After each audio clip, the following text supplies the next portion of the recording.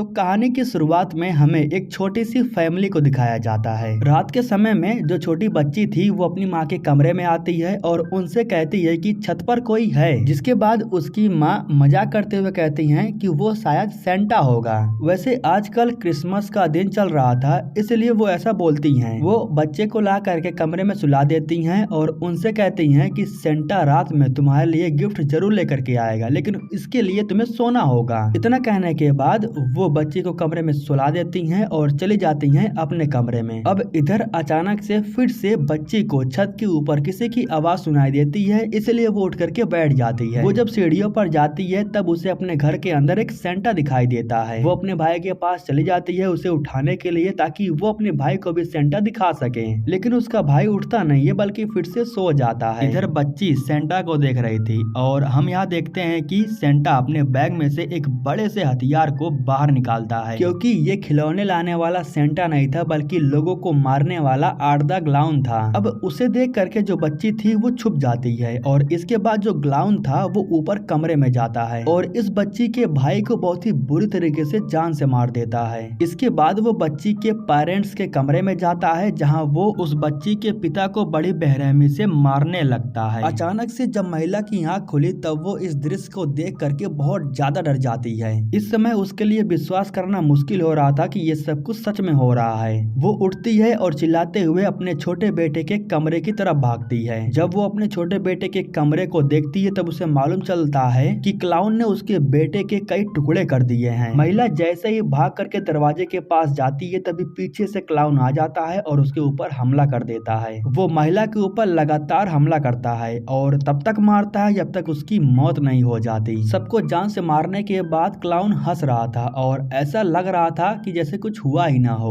वो किचन में जाता है और बच्ची के द्वारा रखे हुए कुकीज को उठा करके खाता है। ठीक उसी समय क्लाउन को एक आवाज सुनाई देती है। दरअसल ये आवाज बच्ची की थी जो अंदर छुप करके बैठी हुई थी और क्लाउन उसे भी जान से मार देता है। कहानी को आगे दिखाने से पहले हमें 5 साल पहले का सीन दिखाया जाता है, जहाँ हम एक पुलिस ऑफिसर को देखते हैं जो कि उस जगह पर गया हुआ था जहाँ पर सिएना ने क्लाउन को मार दिया था। यहाँ पर जब वो इन्वेस्टिगेट कर रहा था तभी पीछे से क्लाउन आ करके उस पुलिस ऑफिसर के सर को धड़ से अलग कर देता है। उस पुलिस वाले को मारने के बाद क्लाउन हॉस्पिटल में जाता है विक्टोरिया को लाने के लिए। हॉस्पिटल के एक स्टाफ को जान से मारने के बाद विक्टोरिया और क्लाउन ये दोनों ट्रेन में जाकर के बैठ जाते हैं। उसी समय ट्रेन में एक इंसान भी आता है जो कि नकली सूट पहना हुआ था और वो इन दोनों को देख करके जोर जोर से हंस रहा था। शायद उस इंसान को पता नहीं था कि अब उसका सामत आने वाला है। क्लाउन उस इंसान को मारने के बाद उसके सूट को ही पहन लेता है। इसके बाद वो विक्टोरिया के साथ में अपने अड्डे पर आ जाता है जो कि एक पुरानी बिल्डिंग थी। यहाँ जो क्लाउन था वो जा करके एक कुर्सी पर बैठ जाता है और इधर जो विक्टोरिया थी वो खुद जा करके एक टब के अंदर बैठ जाती है। यहाँ दोस्तों ये दोनों लंबा रेस्ट करते हैं। ये रेस्ट लगभग 5 सालों का था। लगभग 5 सालों के बाद हमें प्रेजेंट डे को दिखाया जाता है, जहाँ हम सिएना के अंकल को देखते हैं जो कि उसे लेने के लिए हॉस्पिटल में गए हुए थे। जैसे कि आपको पता होगा कि सिएना को मेंटल हॉस्पिटल में रखा गया था और उसके ऊपर जांच भी चल रही थी, लेकिन धीरे धीरे वो रिकवर हो चुकी थी, इसलिए उसे अब छोड़ दिया जाता है। वो घर आती है और अपने अंकल की बेटी गैबी से मिलती है। इसके बाद वो अपनी आंटी एंजीला से मिलती है। सिएना के वापस आ जाने की वजह से ये लोग बहुत खुश थे। 5 सालों के बाद हमें उस बिल्डिंग को दिखाया जाता है जिसके अंदर विक्टोरिया और क्लाउन रेस्ट कर रहे थे। दरअसल इस बिल्डिंग में काम शुरू होने वाला था, इसलिए यहाँ पर 2 वर्कर आए थे। दरअसल ये दोनों बिल्डिंग का मुआयना लेने के लिए आए थे, लेकिन क्लाउन के बारे में इन लोगों ने भी सुना था, इसलिए अभी भी इन लोगों को बहुत डर लग रहा था।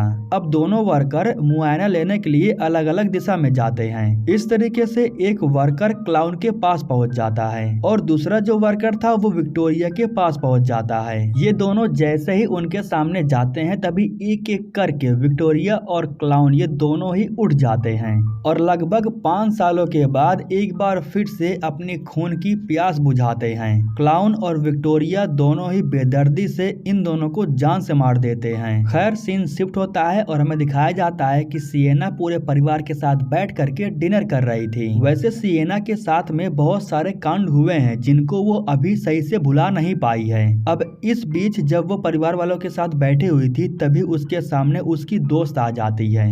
अगर आपने पिछली मूवी को देखा है तो आपको पता होगा कि सिएना ने अपने इस दोस्त को खुद ही जान से मार दिया था। ये एक प्रकार से सिएना का हेलुसिनेशन था जिसे वो इग्नोर कर रही थी। उसे पता चल चुका था कि उसने अपने दवाई को नहीं खाया है, इसलिए वो दवा खाने के लिए चली जाती है।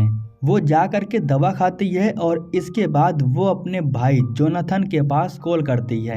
वो जोनाथन से काफी समय के बाद बात कर रही थी। वो अपने भाई को बताती है कि वो वापस लौट आई है, वो अपने अंकल के घर पर है और वो मिलना चाहती है। सिएना अपने भाई से कहती है कि वो उससे मिलना चाहती है, जिस पर जोनाथन कहता है कि ठीक है, स्कूल से छुट्टी मिलने के बाद मैं तुमसे जरूर मिलूंगा। वैसे जोनाथन मिलना तो नहीं चाहता था क्योंकि वो अभी भी अपनी बहन की हरकतों से बहुत नाराज था। सीन शिफ्ट होता है और हमें क्लाउन और विक्टोरिया को दिखाया जाता है। यहाँ पर हम क्लाउन को देखते हैं जो कि किसी प्रकार का फ्रीजर बना रहा था। एक प्रकार से उसने फ्रीज करने वाला मशीन बना लिया था। स्प्रे करके वो किसी को भी फ्रीज कर सकता है और उन्हें एक पल में खत्म कर सकता है। इस चीज को देख करके क्लाउन भी बहुत खुश था। इसके बाद हमें दिखाया जाता है कि कुछ लोग थे जो कि बार में बैठ करके पार्टी कर रहे थे। तभी यहाँ पर क्लाउन भी आता है जो इन लोगों के पार्टी में ज्वाइन होने के लिए आया था। वो सेंटा को देखने के बाद काफी एक्साइटेड हो जाता है। उसको देख सेंटा भी काफी खुश हो जाता है। वो सोचता है कि चलो कोई तो है जो मुझे पसंद कर रहा है। ये लोग क्लाउन को ड्रिंक पिलाते हैं और वो जैसे ही ड्रिंक को पीता है तो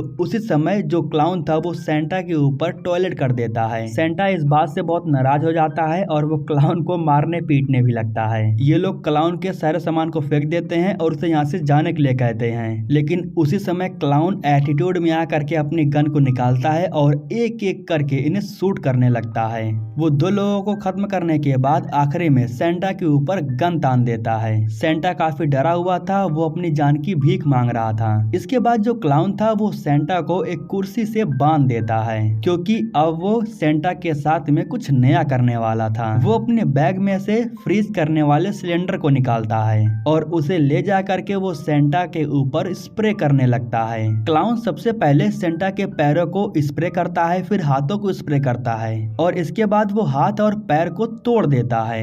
अभी भी उससे इसका मन नहीं भरा था, इसलिए वो सेंटा के मुंह पर भी स्प्रे कर देता है। ये सीन बहुत ही ब्रूटल लग रहा था। अगर आप इस सीन को देखोगे तो टॉयलेट कर दोगे। सेंटा के मुंह को बहुत ही बुरी तरीके से तोड़ने के बाद उसके मुंह में से दाढ़ी को बाहर निकाल लेता है। अब यहाँ पर सीन कट होता है और हमें एक मॉल के अंदर सेंटा को दिखाया जाता है। दरअसल यहाँ पर सभी बच्चे सेंटा के पास जा करके फोटो खिंचवा रहे थे और उनसे गिफ्ट भी ले रहे थे। काफी समय के बाद जो सेंटा था वो रेस्ट करने के लिए चला जाता है। इस बीच हम इसी मॉल के अंदर सिएना और गैबी को भी देखते हैं। ये दोनों कुछ सामान खरीदने के लिए इस मॉल के अंदर आए हुए थे, लेकिन उसी समय सिएना मॉल के बाहर एक सेंटा को देखती है। सच बताऊं तो इस सेंटा को देखने के बाद सिएना को मालूम चल गया था कि ये क्लाउन ही है जो उसका पीछा करते हुए यहाँ तक आ चुका है। सिएना के पैरों तले जमीन खिसक जाती है। उसे यकीन हो जाता है कि अब वो इस जगह पर सुरक्षित नहीं है। अब जो क्लाउन था वो मॉल के अंदर आने के बाद ठीक उसी जगह पर जाकर के बैठ जाता है जिस जगह पर कुछ समय पहले अभी सेंटा बैठा हुआ था।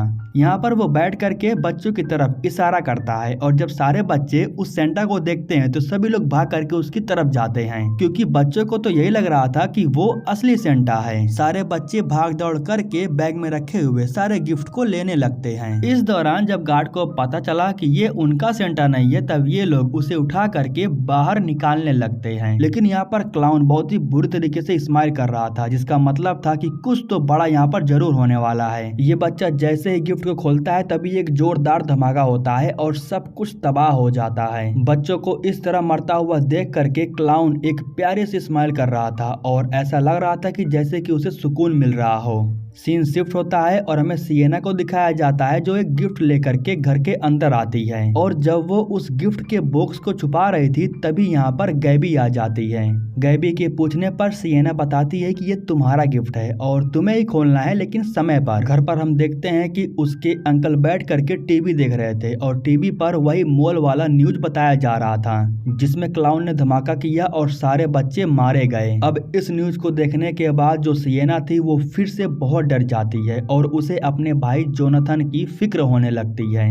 सिएना अपना आपा खो बैठी थी। वो बार बार कह रही थी कि वो वापस आ चुका है, वो वापस आ चुका है, वो किसी को नहीं छोड़ेगा। इतना बोलते हुए वो अपने अंकल से जोनाथन के पास कॉल करवाती है। उसके अंकल जोनाथन से कहते हैं कि मैं तुम्हें लेने के लिए आ रहा हूँ, तुम तैयार रहना, तुम्हारी बहन को तुम्हारी फिक्र हो रही है। अब उसके जो अंकल थे वो जोनाथन को लेने के लिए तो गए थे, लेकिन काफी समय हो गया था और वो अभी तक लौट करके नहीं आए थे। नीचे के साइड में सिएना को किसी की आवाज सुनाई देती है और जब वो जाकर के चेक करती है तब उसे मालूम चलता है कि घर के अंदर विक्टोरिया और क्लाउन पहुंच चुके हैं। यहाँ पर जो क्लाउन था वो सिएना के ऊपर हमला करता है और इसके बाद वो सिएना को कुर्सी से बांध देता है। सिएना के ठीक सामने उसकी आंटी एंजीला को भी इन लोगों ने कुर्सी से बांध दिया था। यहाँ पर जो विक्टोरिया थी वो सिएना से कहती है कि तुमने गैबी के लिए गिफ्ट लाया था ना, लेकिन अफसोस तुम गैबी को गिफ्ट नहीं दे पाओगी क्योंकि अब वो इस दुनिया में नहीं है। इतना कहने के बाद सामने रखे बॉक्स के ऊपर से जब ये लोग कागज को हटाते हैं तब इन्हें मालूम चलता है कि इन लोगों ने गैबी को जान से मार दिया है और उसके चेहरे पर से चमड़ी को निकाल दिया है।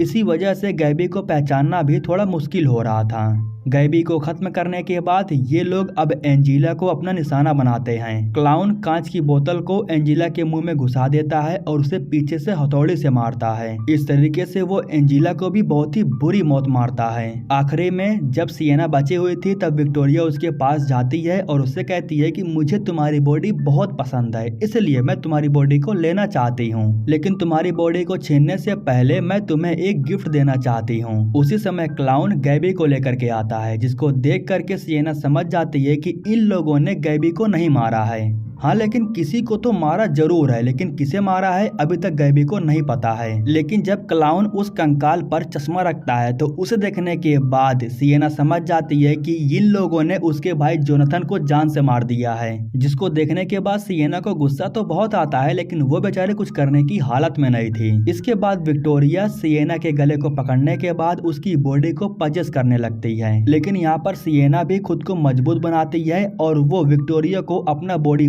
नहीं करने देती है। लेकिन उसी समय जो क्लाउन था वो गैबी के गले पर एक चाकू रख देता है। वो सिएना से कहता है कि अगर वो अपनी बॉडी विक्टोरिया को नहीं दी तब वो गैबी को जान से मार देगा। सिएना कहती है कि ठीक है, मैं अपनी बॉडी तुम्हें देने के लिए तैयार हूँ, लेकिन उससे पहले मैंने गैबी के लिए एक गिफ्ट लाया था और उस गिफ्ट को मैं खोलना चाहती हूँ। इसके बाद विक्टोरिया जा करके उस गिफ्ट को बाहर निकालती है और उसे ला करके सिएना के पास रख देती है। वो सिएना से कहती है कि तुम इस गिफ्ट को खोलना चाहती थी ना, तो लो अपने हाथों से खोलो। सिएना ने उस गिफ्ट के अंदर अपना तलवार रखा था, जिसको वो बाहर निकालती है और क्लाउन के ऊपर हमला कर देती है। उसी तलवार से वो विक्टोरिया के ऊपर भी हमला करती है और उसे भी मार देती है। मान लो विक्टोरिया तो नीचे गिर जाती है, लेकिन जो क्लाउन था वो एक चैन साव लेकर के आता है और सिएना के ऊपर हमला कर देता है। इन दोनों के बीच में लड़ाई होने लगती है और जो सिएना थी वो क्लाउन के ऊपर लगातार हमला करती है। यहाँ से भागने के लिए विक्टोरिया ने हिल का दरवाजा खोल दिया था, जिसमें गैबी भी गलती से गिरने वाली थी, लेकिन वो किसी चीज को पकड़ करके लटक जाती है। सिएना आकर के गैबी को बचाने की पूरी कोशिश करती है, लेकिन वो उसे नहीं बचा पाती है। गैबी नीचे गिर जाती है। थोड़ा माहौल शांत हो जाने के बाद सिएना उठती है और वो देखती है कि क्लाउन और विक्टोरिया इन दोनों की बॉडी कमरे से गायब हो गई थी।